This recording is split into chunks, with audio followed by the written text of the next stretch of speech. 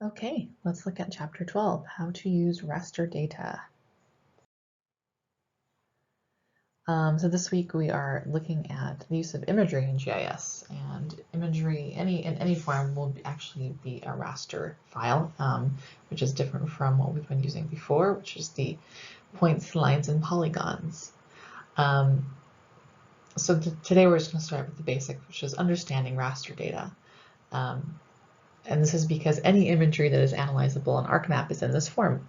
And down there in that lovely little animation, I show bacon and egg, but the most important part of that is that the bacon and eggs are made up of little tiny squares, and those are called rasters.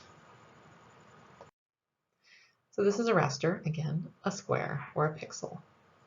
And put together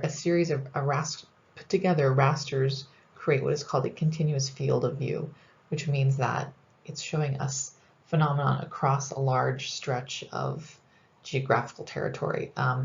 Best example I can give of this is looking at different kinds of land cover, which we'll use in this lab, and which I think is a very interesting thing to look at.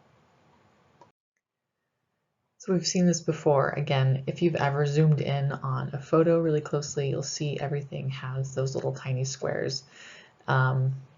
This is just how all the imagery in digital form is broken down. And it's no different when we're dealing with GIS, except with GIS, all these different squares actually have different values and can be analyzed using different kinds of raster mathematics. So the raster data model is actually fairly simple, and I think it's kind of fun in a way to put together and understand. You have your general image space of rows and columns, and then depending on the different colors of the squares, each one gets assigned a different value. And then you can group those and get these counts. So when you're opening up your attribute tables when you're looking at raster data, they're going to reflect these different grid locations and values and counts. So rasters represent real-world location and phenomenon. So each raster actually is tied to a geographic coordinate, but it's in the form of reflected light.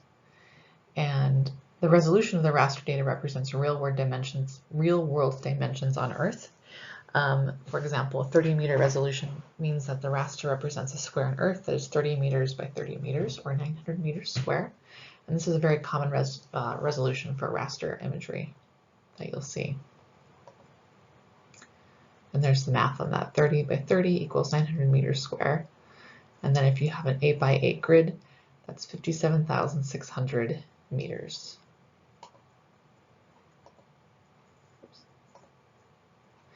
So for comparison, about the size of the family dollar in Lander is the size of one raster. So 30 meter by 30 meter square.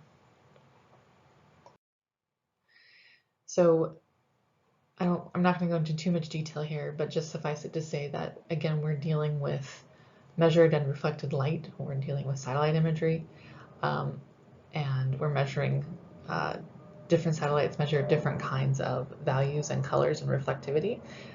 You'll learn about more of that in GIST, but if you want to review this slide, it'll give you another overview of how that happens and works.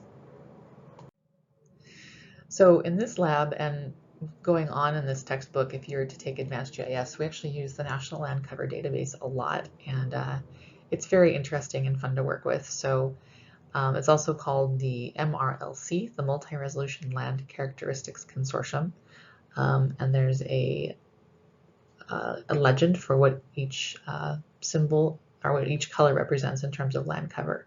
And again, you'll be using that in more detail in the lab.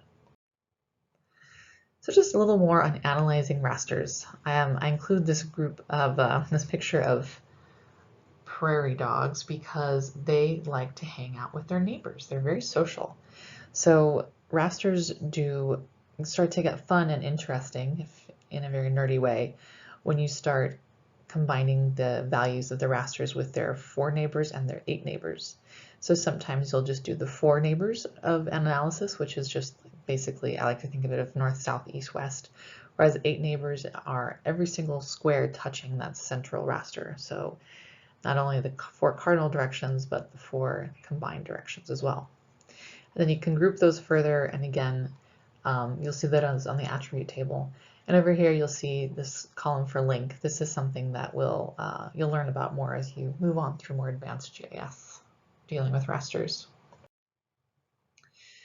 So just in case it isn't clear, the distinct difference between raster versus vector data is that vector data represents features that have discrete characteristics such as buildings, borders, boundaries, roads, things like that that have a very kind of clear outline that we can analyze and use straight lines, points, lines, and polygons with.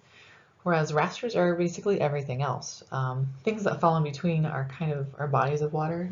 Bodies of water have irregular shapes, but they are also discrete, but they don't actually show up very well when you kind of go into fine-grained detail on rasters, so just something to keep in mind. Something else that's really interesting about raster data is when you open up your attribute tables, you'll see that there's just a lot less data. So down here at the bottom, you'll see this is the attribute table for vector data. And there's just a lot more information. This is what we've been doing all semester, is looking at these kinds of attribute tables. But when you open up a raster file, you'll see it's really simple. There's not much there. The irony is that when you start to run geoprocessing on rasters, it takes a really long time, because down here on vector data, we're dealing with a lot of different kinds of information. A lot of it's nominal, ordinal, it's not necessarily mathematical. Whereas when we go with the rasters, we're asking the computer to do tons and tons of mathematical calculations to reassign values and meanings within your raster, within your imagery. So this is why when you run raster labs, or when you do raster labs, you're just going to take a lot more processing. So be patient. When you ask the computer to do something, you might even need to step away and just let it run for a bit. Other forms of raster data, you'll learn about this in reading the lab. You can stitch together several different raster images, and it's called mosaicing, and you can create a much larger image. Likewise, you can also create a subset, so you can kind of do a clip of a specific region that you want to see. And you don't necessarily need the computer to be running analysis on the entire image. You can just do a subset. So as you go into this lab, just remember everything has to have a projection. Don't forget to enable Spatial Analyst. Be sure and set your environments. I know in the textbook Shilito's getting you much more into setting your environments before each lab, which is a really good habit to get into. And also I encourage you to check your geoprocessing progress by opening the results window. I talked to you guys about this a few weeks ago, but definitely when you start dealing with rasters, when again it takes the computer a long time to run analyses, you can check on its status by opening that. Okay, that's it for now.